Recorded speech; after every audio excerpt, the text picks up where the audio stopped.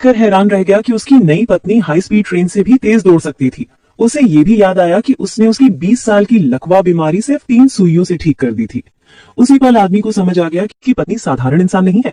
बात दरअसल ये थी कि उनकी शादी पूरी तरह से एक संयोग थी।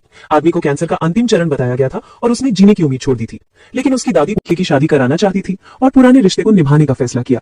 लेकिन जिस परिवार से रिश्ता तय हुआ था, उनकी दूसरी बेटी, जो असल में उसकी मंगेतर थी, मरने वाले आदमी से शादी नहीं करना चाहती थी।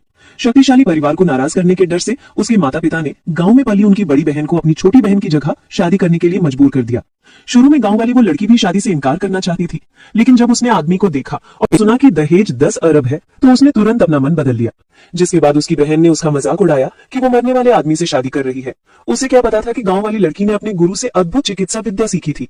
उसने सोचा कि इस आदमी को ठीक करके वो अपनी जिंदगी सुरक्षित कर लेगी। उसी रात दादी ने खुशी खुशी दोनों को विवाह कक्ष में भेज दिया।